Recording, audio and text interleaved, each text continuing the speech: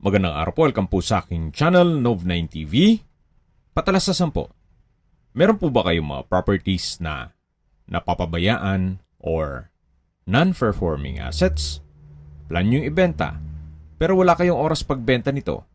Kung ito'y pagkakatiwala nyo po sa amin, tawag lang po kayo sa aking numero, usap po tayo, gawan ko po ng video for free. Yes, libre po. Wala po kayong babayaran. Tutulungan pa namin kayong mabenta ang inyong property. Kami na po bala sa marketing, sa boosting, pati po sa paid advertisements, even sa tripping. Hindi na po kayo mapapagod sa pag-entertain ng mga buyers. Kami na po bala sa lahat. Tawag lang po kayo. Nandito po tayo ngayon sa Nasugbu, Batangas kung saan meron po tayong bagong video presentation. Isang rest house o house and lot na may swimming pool. May lot area po ito na 1,000 square meters, fully fenced na po, buong property at naka-landscape na rin po ito. Napakatahimik po ng lugar, sariwa ang hangin at malamig po ang klima. Malayo na rin po ito sa 14 kilometers danger zone ng Taal Volcano. Ang bahay po ay fully furnished at ito po'y may 3 bedrooms, 3 toilet and bath, may own water supply at ang size po ng swimming pool ay 4x8 at may filtration system. May kubo, may open shower at covered carport. Meron din pong storage room. May ilang fruit-bearing trees dito sa loob at may access na rin po ng tubig, kuryente at internet provider. Yan po yung main gate at pedestrian gate. Ito naman po yung driveway. Medyo slow po ang terrain papunta sa garahe o sa mismong bahay. Pero banayad lang naman. At mula po dito matatanaw na natin ang 2-story house na may 3 bedrooms. At dito naman po yung poolside. Meron pong umbrella at rattan chair. Napaganda po ng lokasyon. Sobrang tahimik ng area. At mula naman po sa National Highway o Tagaytay-Nasugbu Highway, 400 meters lang po ang distance. Kaya accessible din po ito ng public transportation. Ito po yung poolside. Sa dulo po ay may kubo. At dito naman po ay merong comfort room o banyo. May hand wash basin, water closet at may bidet. Naka-tile flooring na rin po ito. Yan po yung banyo at yan po yung poolside na mayroon pong malaking umbrella at rattan chair. May center table. Meron din pong mga ornamental plants. Ito po yung tinutukoy ko na swimming pool. May sukat po ito na 4x8. At maayos po ang filtration niyan. Maisingit ko lang po, ang elevation above sea level ay 1,400 feet. Opo, nasa mataas na lugar po ito. Kaya meron din pong mountain view. Yan po yung kubo. Tunghayan nyo po yung pasad nitong 2-story house. At meron po itong mahabang balkonahe na kung saan matatanaw naman yung poolside. Sa ngayon po, nandito pa rin po nakatira sina owner. Kaya well-maintained naman po ito. Halos wala rin po kayong ipapagawa. Siguro kung meron man, retouch na lang ng pintura. So, yan po yung swimming pool. Ito po yung concrete fence. At yung maliit sa dulo na structure, dyan po nakapwesto ang pump and filtration. Reason for selling, well, senior citizen na po sila. At ang gusto na lang po ay yung bungalow house. Although dream house po nila ito, pero kailangang i-let go o ibebenta na lang po nila ito. Silipin po natin yung lower part nitong property, yung unang parte ng video. Napakalaki pa po ng espasyo na yan. Pwede pa pong lagyan ng mga 3 unit na A-frame design na mga bahay. At i-convert nyo ito sa staycation business para ito'y maging income generating. Karamihan po kasi sa mga guest ngayon, gusto nila yung mga malayong lugar o tahimik na lugar na kung saan pwede silang magmuni-muni. Kagaya po nitong area na to, ito pong property ay inner lot mula Barangay Road. Siguro mga nasa 30 meters, more or less. At kung galing naman sa Manila, kahit po mag-bus lang kayo papunta dito sa property, then walking distance lang po mula sa highway. Ganun po kaganda ang lokasyon nito. Pero please manage your expectation kasi ito'y inner lot. At meron pong right of way. Okay, check na natin dito sa side nitong bahay. Meron po itong malaking puno ng mangga na namumunga na po yan. Yan po yung perimeter fence na may pocket garden. At yan po naman yung driveway hanggang dun sa main gate. Mula po dito, marami na ring mga kapitbahay na mga rest house at resort. Ito pong concrete fence ay paikot na yan ng buong property. At sa dulo po ay meron ding kubo. Ito po yung tinutukoy ko na covered carport na meron ding steel gate. Mula po dito sa driveway, matatanaw pa rin yung swimming pool at yung kubo sa dulo. At dito naman po ay may hangout area. Yan po yung dalawang big umbrella na may rattan chair at yung banyo.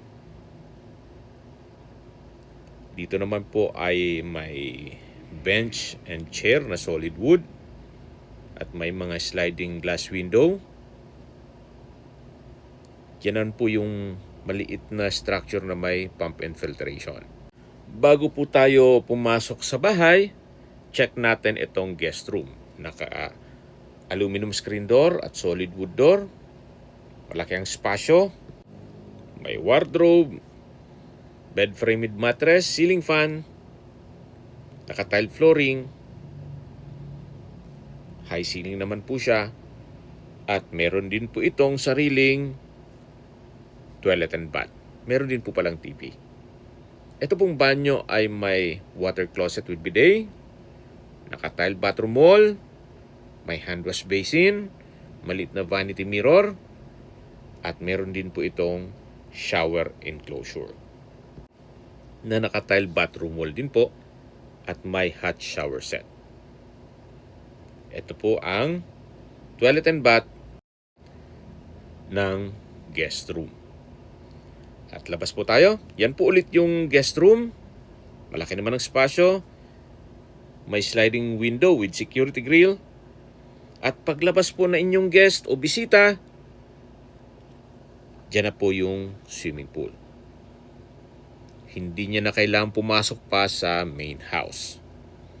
Meron na po siyang sariling pintuan dito o access. Dito naman po ay may setback.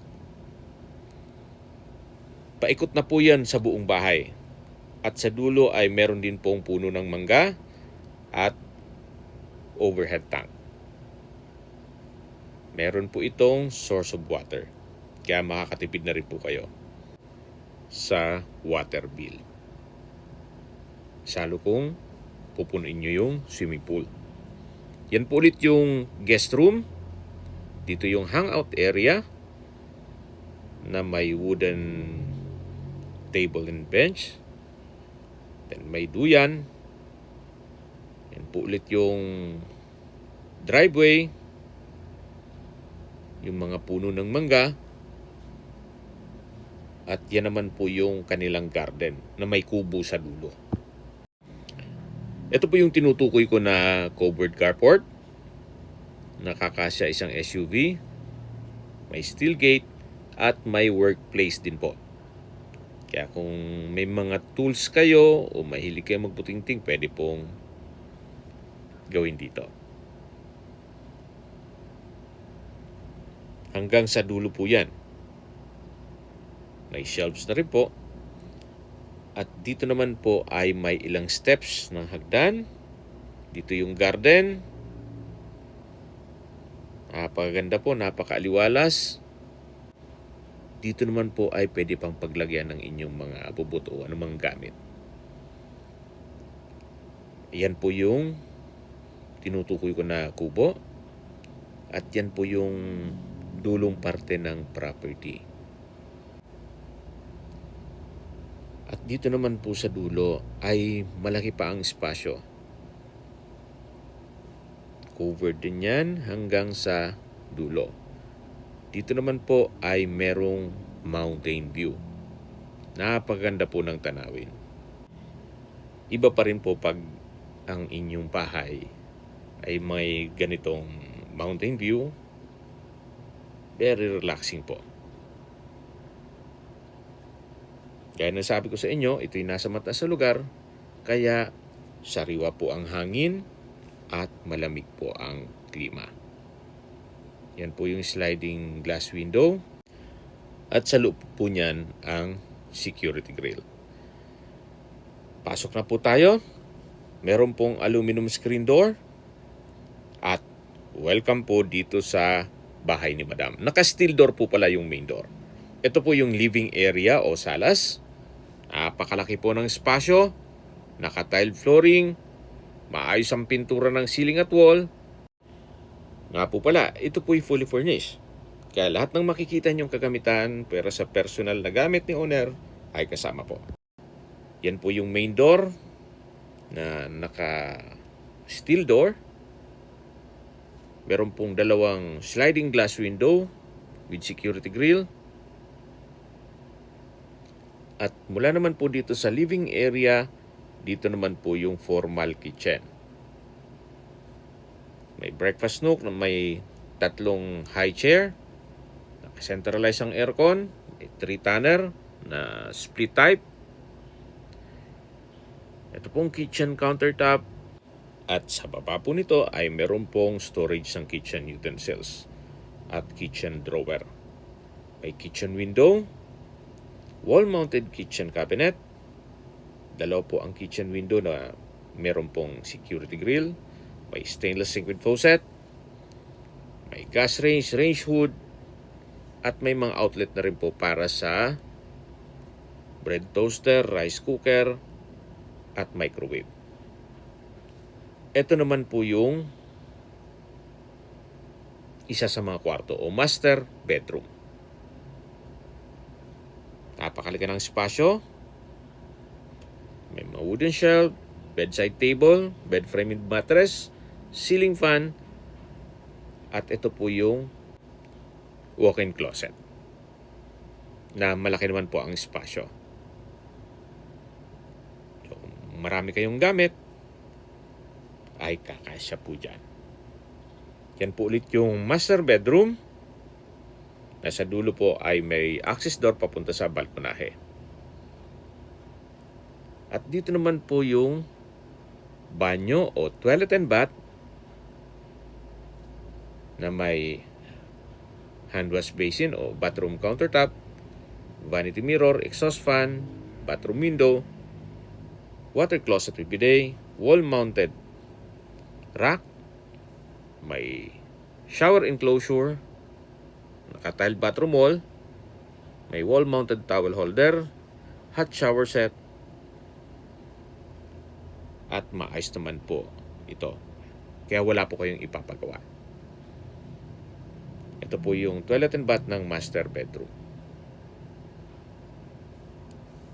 Ito naman yung access door na papunta sa balkonahe. Mula po dyan hanggang dun sa dulo. At tanaw nyo naman yung kubo, yung poolside o yung swimming pool na mismo at yung lower part ng property, pati po main gate. Hanggang sa dulo po ang balkonahe. At bago tayo pumasok at bumalik dito sa kwarto, tunghayan nyo po ulit itong kapaligiran. Napaka tahimik ng lugar, sariwang hangin, at meron po itong mountain view.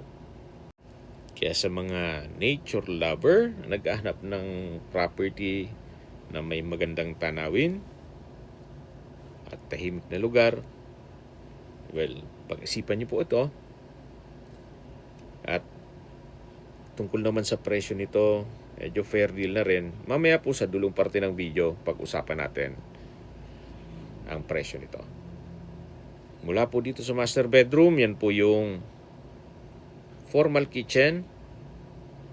Yan po yung main door. At dito naman po yung living area. Ito naman po yung pangalawang kwarto. Meron din po itong access papunta sa balkonahe. Naka-tile flooring. Maayos ang pintura ng ceiling at wall. May ceiling fan, bed framed mattress, bedside table, may walk-in closet. Check po natin. Malaki naman ang espasyo nito. Sa ngayon po, ginawa nilang stock room. Bali, dalawa lang po sila nakatira dito. Sila pong mag-asawa. At dito naman po yung banyo. May water closet with bidet, hand wash basin, vanity mirror, bathroom window, exhaust fan, shower enclosure, at meron din pong hot shower set. Naka-tile bathroom wall na rin po ito. Ito po yung toilet and bath ng second bedroom. Malaki din po ang espasyo nito. At ito naman po yung tinutukoy ko na access door papunta dito sa balkonahe. Mula po dito matatanaw nyo naman ang driveway at yung garden. Yan po yung driveway at yan po yung swimming pool. Meron din pong mountain view. Yung dulo po nitong balkonahe ay yung master bedroom na kung saan na-present ko na po sa inyo at galing tayo dyan kanina. At habang pinagmamasdan nyo po itong kapaligiran, pag-usapan na po natin ang distance, location at travel time. Mula po sa National Highway o Tagaytay-Nasugbu Road o Highway, ang distance is 450 meters at ang travel time is 2 minutes. Mula naman po sa mga beach resorts sa Nasugbu at sa mismong bayan, ang distance is 33.10 kilometers at ang travel time is 50 minutes. Mula naman po sa Twin Lakes, ang distance is 9.7 kilometers at ang travel time is 13 minutes. Mula naman po sa Tagaytay Rotonda, ang distance is 23.5 kilometers at ang travel time is 30 minutes. Kompleto na po doon gaya ng malls, hotels, restaurants, banks, schools, church at hospital. Yan po yung lagi kong binabanggit sa inyo na dapat nyo i-consider sa paghanap ng property ay meron pong malapit na hospital. Hindi ko naman po sinasabing sakitin kayo. Yan naman po for emergency purpose lang naman. Nandito na po pala tayo sa service area. Yan po yung overhead tank. At meron din pong pocket garden dito. At yan po yung pinakita ko na sa inyo na puno ng mangga. Mula dun sa baba. Nung naikutan natin yung guest room. Balik po ulit tayo sa distance, location at travel time. Mula po sa Manila o sa airport, ang distance is 85.3 kilometers at ang travel time is 1 hour and 56 minutes. Yan po yung banyo ng guest room. At ito naman na bubong na to ay yung pump and filtration. Yan po yung swimming pool at yung kubo. Okay, recap lang tayo. Sa mga skip ng video, ito pong property ay nasa Nasugbu, Batangas. May lot area po ito na 1,000 square meters. Naka-concrete fence buong property. Ito pong bahay ay may 3 bedrooms. May sariling water supply. Meron pong swimming pool. May kubo. May ilang puno ng mangga. At binebenta po ito ni owner sa halagang 11 million pesos. Kung may mga katanungan po kayo, tawag lang po kayo sa aking numero. At sa mga kababayan naman natin na sa ibang bansa, meron po akong WhatsApp, Viber, Telegram, at Signal. Same number lang po, 0917-316-3399.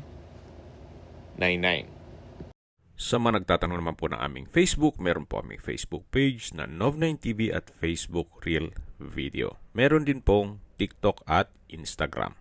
May ibang YouTube channel po kami, the Nov9TV channel, Nov9TV Listings, Nov9TV On The Spot, Nov9TV Updates, at Nov9TV House Rental. Sana po naibigyan nyo ang video presentation. Paki-like and subscribe na lang po sa aking channel para ma-update din po kayo sa aking future listings. Kung sakali po hanap nyo yung mas malaking sukat ng lupa, meron din po kami ibang listings na pwede nyong pagpilian. Huwag po kayong mag-atubiling tumawag sa amin. Then, let us know your budget para malaman namin kung anong property pwede naming ilog sa inyo. Sa lahat pong viewers, subscriber at nagtiwala po sa amin, salamat po sa suporta. Ingat po kayo lagi at yung pamilya. Maraming salamat po.